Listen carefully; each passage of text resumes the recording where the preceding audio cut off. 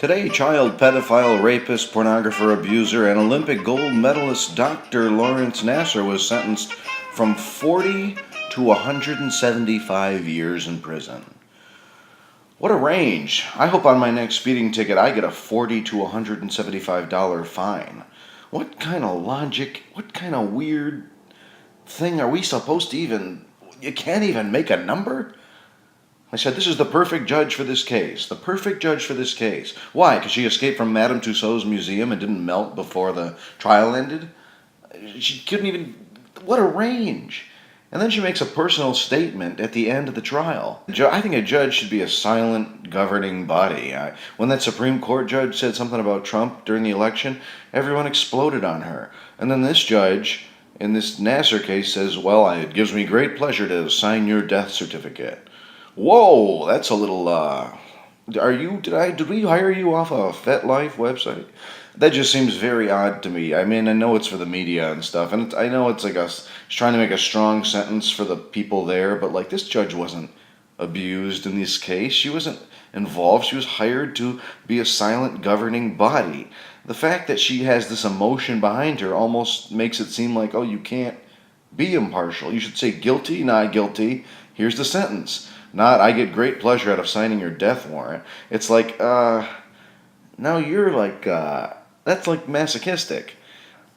You know, if my girlfriend cheated on me, if my fake girlfriend cheated on me, I'd be ecstatic. Because then I get to take her back. No, if my fake girlfriend cheated on me, I don't get to, it gives me great pleasure to sign your death warrant. Like, why does, and I'm involved in it. I'm a victim.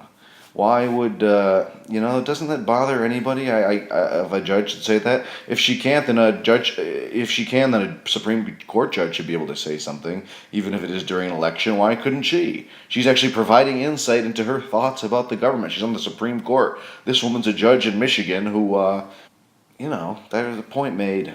Point made. And why can't we even just find a cheap capital punishment when it comes down to it, really? Why? Okay, if you think about it, if prison and jail, what they say is to reform and rehabilitate, okay?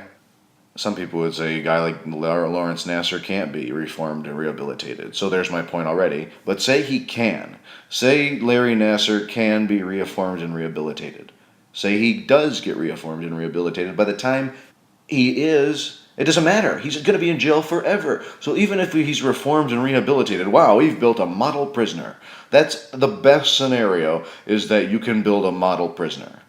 A guy to sit and waste time. And what do you want to do? Put him on death row? Well, he can't, because that costs even more. There was like a prisoner on death row years ago who needed a kidney transplant, and it was cheaper to get him the kidney than it was to keep him on death row.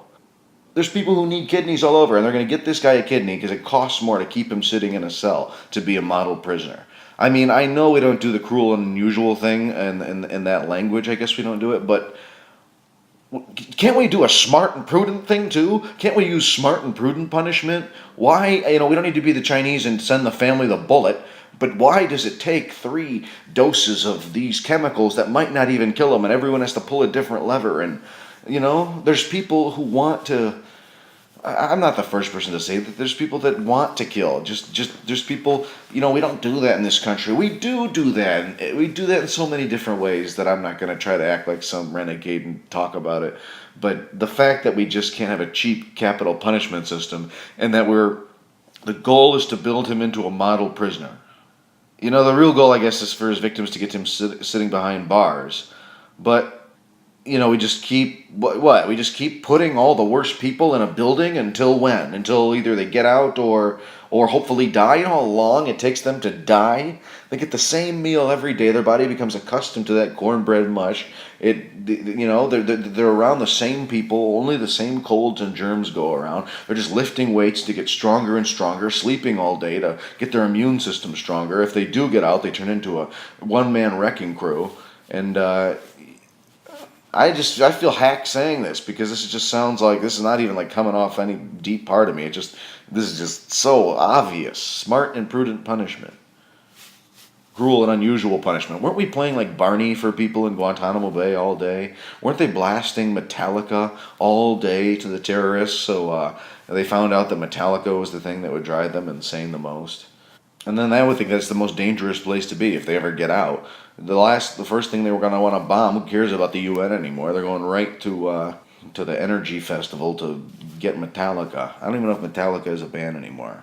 I don't know anything, but I do know that I don't think that judge should make a personal statement like that. I just don't think that should be the first thing I see on the news. Is that gives me pleasure to sign your death warrant? Wow. It's just like breeding a hatred to me. That to say something like that is taking the low ground, and it almost breeds a hatred. Do you swear to tell the truth and the whole truth, so help you Satan? Steve Rossi, that's it. I'm gonna come back funnier next time. This wasn't so hot, but I hope you get my point about the